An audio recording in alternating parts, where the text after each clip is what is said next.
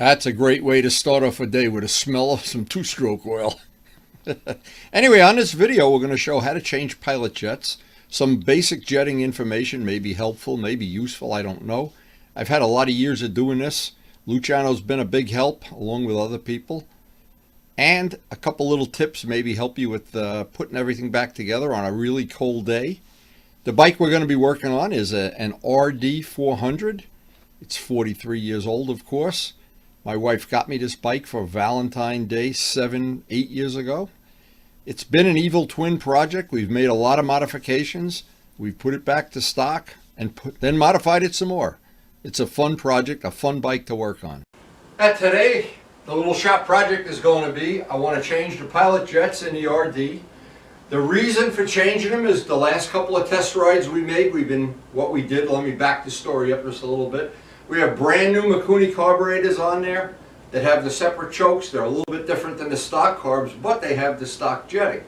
Now, and when I went back to my notes, I had noticed that on the stock carbs I had put bigger pilot jets in, and then I even went to a second size bigger when I had the exhaust pipes you see on the wall there when we were playing with different exhaust systems. But right now the goal is to put it back to relatively stock. And we want to, most of all, get it running as right on the razor edge as we can. Now to do that, sounds like it would be easy. You could just go to a chart and check it. Not really. In the real world, with any two-stroke, it's cut, try, adjust, try. But if you look at all the Mikuni, and some of them are really good Mikuni tuning videos, they always tell you start with the idle. Start, the pilot jet controls the idle. And I want to thank Luciano for loaning me his, I guess a half a dozen or so of his pilot jets. I have some, of course, from my stash, but I want to have a full selection because the goal at the end of the day is, and it's not going to be a riding day today, it's 30 degrees out there, it's really cold, in the 30s. So the goal would be, if I can get everything done and ready for the next day, that I would like it to be at least in the 40s. Because what happens, and a lot of people, and well, if you're a modeler, you notice right away. When it gets cold, you open a needle valve. When it gets warm, you go in. Well, with a motorcycle, when it gets cold, you put bigger jets in, or raise the needle, or whatever you happen to need. And it's a very individual thing. There really isn't a chart somewhere in the world that you can say, oh, I have this and I have that, and I weigh this much work, and I ate 2 pizza pies, and that's the main jet, that's the pilot jet. What you really have to do is what I'm going to start down this road right now of, we put the new carbs on, and they actually work pretty well with the total stock settings. The thing I was trying to adjust first is it has a tendency to surge when you shut the throttle. It's running lean, and it's doing that. Well, in the past when I've had that problem, even with the tuned exhaust system, when I've had that problem, a bigger pilot jet cured it right away. And then I always do, it's always on me to do this, because I'm very fussy about this, and I've done a lot of it, is to put one even too big in and say, oh, that one is too big, whoop, the one I started with, and kind of narrow it down. But now once you get it tuned, it's going to be good for a small temperature range. A small, and when you do really fine race tuning, you have a density, an altitude density meter, and you're fooling around. Well, we don't want to go down that road. We're not racing. But I want to get it running that when I go out the driveway and go out for a ride, it's going to take the throttle nice, it's going to go to full RPM, and it's going to run with total reliability. And I'm closing in on having that. I've been checking the timing and God knows what else, and the new carbs, absolutely beautiful the way it takes the gas, but it does have the tendency to surge. So changing the pilot jets, very easy thing, but I wanted to show it. I wanted to share the information that I've gained over, I don't want to tell you how many years. It's a lot of years of loving my two-strokes. So in case you're new to the channel, this is a 1977 RD400, which used to have, the stock carbs have a connecting tube. Now it has individual chokes, so I can choke one cylinder or both. It's not the most convenient thing in the world, but it's certainly doable. But here's what's really nice. When you have all new carburation, all these screws, you can really do a fine tuning on them, where when the carbs get old and everything starts to wear out and the slides are worn, everything is just not exactly the same. So these worked out to perfection. That was well worth every minute, every penny right there. And a new set of carbs from Sudco, Truth in Advertising, they're about $300 by the time you pay the tax. So on our previous videos, we did a compression test. We set the timing with a dial indicator. I basically went over the whole bike. I had Luciano help me, and thank you again, Luciano. And what we're trying now is, I always like to have the two strokes that I've had in the past. I like to have them running right on the razor edge. Now, a lot of people don't. They want them running one notch rich so they don't seize up. Well, I've seized up enough of them to know don't do that, but I still like them on the razor edge when I can get them there. I went out with this the other day, just went up and down Route 21 at full throttle, and everything was really close with the main jet. And the only thing I was not real happy with was the surging, and usually the pilot jet is one of the cures for that. Now, another tentative cure for that would be a very invasive thing.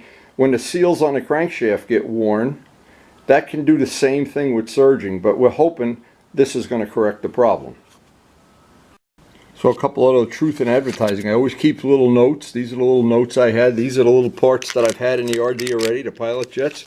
But I do have some extras from Luciano. So what I'm going to do now is save these. These go with the old set of carbs that are not on a bike anymore. And I'll start a new set of notes starting today. And that'll be in the jet box that has the GS jetting and the RD jetting. And I pretty much have a box of jetting for all the bikes I have. Now, this may sound like a little hocus pocus, but it's really not. I know people that rely on a dyno, that they do dyno testing constantly, and they pay big dollars for it, and they do get their chip changed and whatever. And I know that they're entertained by that, and it's a challenging thing. I personally have my own dyno, and it's me. And usually I can tell if I've made an improvement for the better or worse. But I always think, if I can't, then who cares? And pretty much every one of these bikes I have a spare set of carburetors for. In fact, on the FZR I think there's 3 sets altogether with the ones Luciano donated to the cause. But always tinkering with them and always keeping them clean. There's a lot of things you can do to make your life easy. And what I do is I try at least once every 3 weeks, 2 or 3 weeks, in this cold weather, come out to the garage and just run some gas through the carburetors.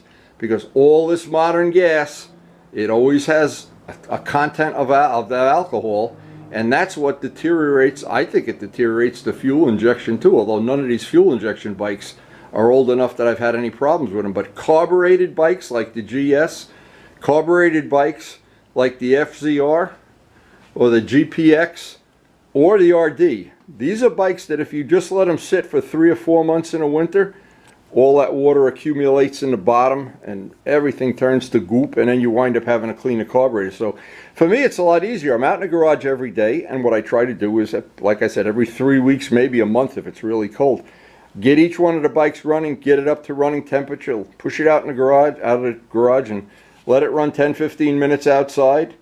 And I think that just makes for longevity for not having to do a lot of carburation work. Now, on an RD400 with the stock air filter, and I know most people like to put pods on and then you really have to do some jetting, but if you go with the stock air, this whole stock tube and everything, what happens when you go to change your jetting, it's kind of annoying. It takes a little more time than it would if you had pods, but in the end, it probably doesn't make as much power as with the pods, but the throttle response is better. And I always think when you're leaned over in a corner, I don't want to have anything but smooth throttle response. So the first thing is loosen up the screws and get the rubber boots that go to the air cleaner off. And once those clamps are really loose, I always put a little bit of wheel bearing grease, just enough.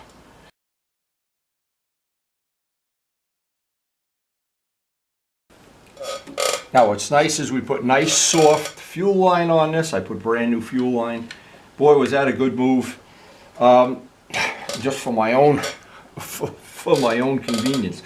Now also, because I drilled and put these oil lines in, And I haven't safety wired them yet because I anticipate taking the carbs on and off. But they are a nice press fit in there. So I've got to very carefully now pull these out. I may need a set of needle nose pliers, I'm not sure. Alright, so we do have a set of needle nose pliers, and that will make this a lot easier. Part of always working on these is try to make it as easy and convenient as possible. That is always an issue with these screws, that as time goes by, no matter what screwdriver you use, they get a little difficult, and I'm always careful to use the correct screwdriver to loosen them up. And now once they're loose, because I don't want to force anything here, once they're loose I can bring them up, put my finger behind it. What I'm trying to avoid is stripping. These screws tend to be a little more delicate than I would love to put Allen screws in there, but I don't have any in my collection right now. So once that's up, then the carb will come right off. And now it's not inconvenient at all. It is so nice working with new stuff. Yeah, I'm so used to working with old stuff that everything is rusted and stripped and God knows what. But having new stuff to work with, and especially new stuff that's nice and clean, well, it's a pleasure, even though it's really cold out here. Now I want to be careful when I take this apart. There's a thing not to do, is don't bang this tip on anything. So I want to be real careful I don't get in trouble with that.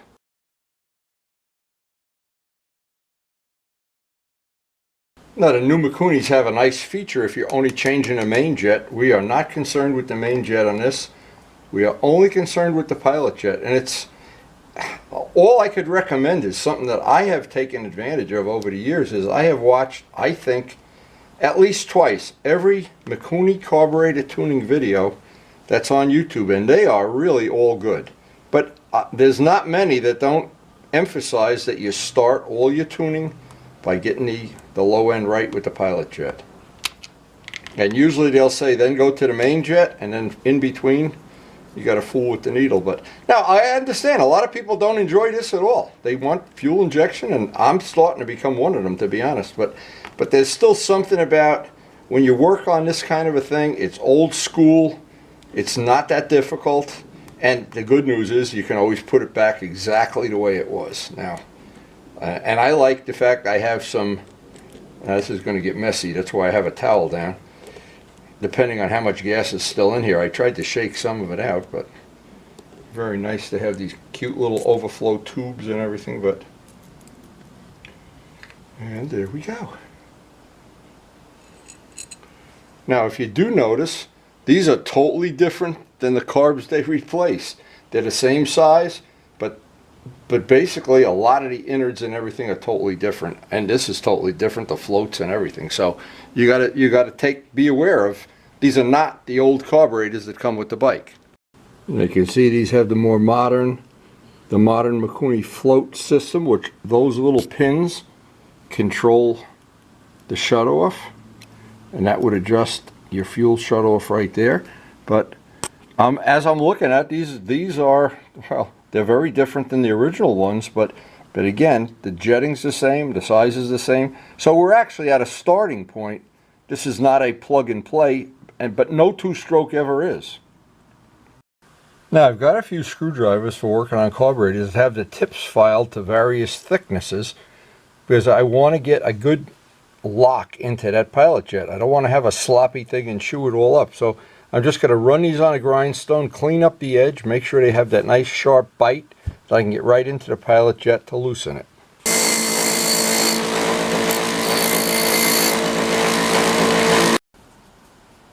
So here's a good way to tell if you have the screwdriver a nice tight fit in there. I think that's really, really important, because I know sometimes you can chew that up and then boy is it a bear to get it out.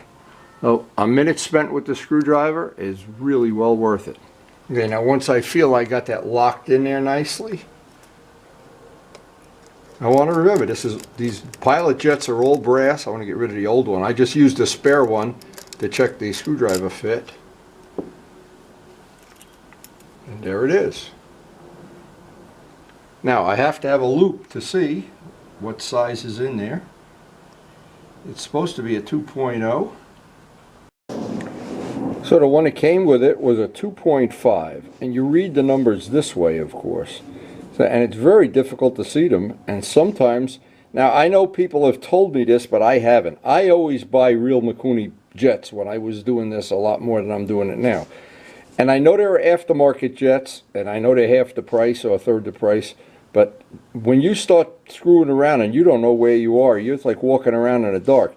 These, I know, a 2.5 now. I'll replace it with one size bigger, and Luciano did give me those already. So if that doesn't work, we're going to go 2 sizes bigger. But because we at least know where we are when we started, and I will take a piece of wire, safety wire, put it through these two, the original ones that came with the carburetors, so I'll always know I can go back to them if all else fails. Or if I do this modification, it was better this way, I know that's not the answer. And again, thank you. We got a good selection here, so now we just have to make a decision. And it's always good to do this one step at a time, not try to go and, you know, even with main jetting, go 6 sizes bigger, even though it's tempting to do that. Okay, so now the challenge is to go through these. And now Luciano had a real good supply of these. They're really difficult to read. They're 27.5. That's what I think that we're going to try is the 27.5s next. 27.5, okay, so these should be 3.0s.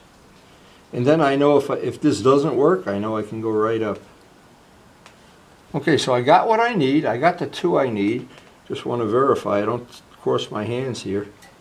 Very difficult to see this stuff. Now my good friend Chuck, who I restored his OSA many years ago, you may remember that on the videos, he told me a good tip about this, and obviously he's an expert with jetting. He says you never take a piece of safety wire or a pin and run it through any of these holes. You take the nylon fishing line because it doesn't scratch the brass. And these are so precision. They are super, super precision. People think it's you just take a pin and run it down through there. Not really. So the last thing on this carb is just to put the base back on, and we will be ready very shortly to put this one back on the bike, reverse everything we just did. I'm trying to tighten the screws in a cross pattern, just the way you would put a head on a motor, a little bit at a time. Don't want to over tighten these and strip them, that's for sure. And working on some of these things like these pilot jets, you need, having a jeweler's loop is a really good thing to have. Or even a better thing to have is good eyes, but I haven't found those on eBay yet. Okay, so one carb is done. We're ready to put this back. Just a reverse of taking it apart. And we'll have one side done. Obviously this is not a real difficult job to do, but it's something that's delicate and it's got to be done. Those pilot jets, you've got to know which one you have. And I just think most people, and including myself, have always underestimated. I mean, back in the good old days of racing these things, no, we never fooled with the pilot jet that much because the bike never idled. And we always had the opinion that you just had to get the main jet one size too rich and a needle one notch so it was running richer than it should, and don't seize the bike up. But it's a whole different world now with these. I want this bike, and I treasure this bike. Karen bought me this for my Valentine's Day present, so I don't want to turn it into a race bike. I don't want to make it unrideable. I don't want to have, you know, more horsepower and it's unrideable. I want it to be rideable. I want it to take the throttle nice, and I want it to last. I don't want to seize it up anymore. I've already put one hole in the piston, and I saved that piston down by my desk to remind me, don't do that. And here's where I'm glad I have nice soft fuel line, not that rock stuff that was there. And I want to be real careful putting the oil line back. And I took such care to make that a precision press fit. Now once I'm satisfied that this jetting is going to be really exactly what I want, I'm going to safety wire this around the carb. But because I've been taking this apart on and off to do jetting and to do test rides, well, in the end, what's going to happen is I'll have it safety wired because I'll be happy with it. The problem with me and two-strokes is I'm really never totally happy. I always want more. I want it, and I think most people that have two-strokes, that's the part of it they enjoy, is that you can do all that yourself without a dyno and without a chip and without a computer and without just a box full of little brass jets, and you're in charge of your universe. But the reality is, it's usually in charge of you. That's true.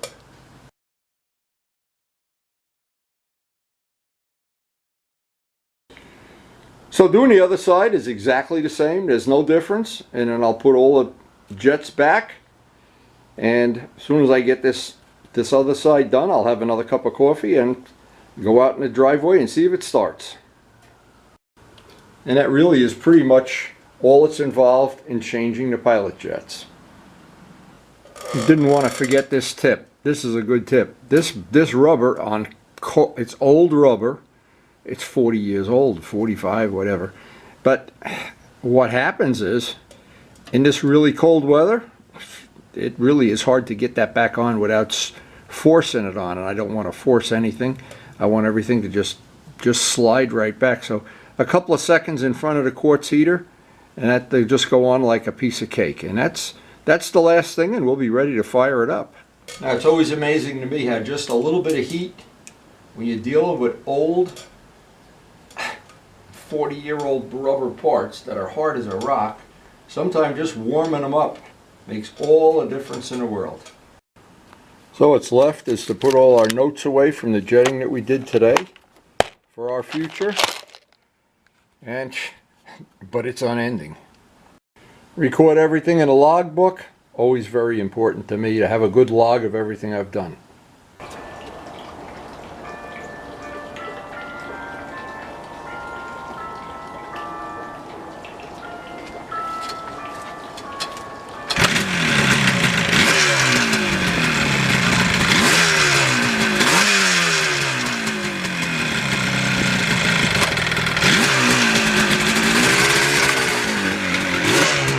I had to bring it inside. It's starting to rain out there. I'm getting raindrops on my baby.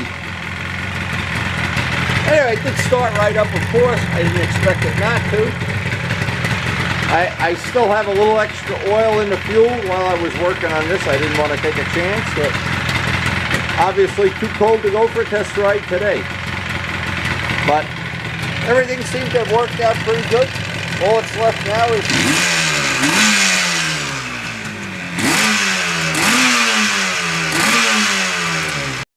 so I hope the information on this video has some useful value, and hope you're keeping these two-strokes alive, as many of my friends still have them, and we still enjoy the tinkering process. And I don't know how much longer it's going to go on, but as long as it is, we're going to be burning two-stroke oil. And this bike has been a special part of my life, and again, I thank you, Karen. And it's always fun just getting out and doing a couple of wheelies.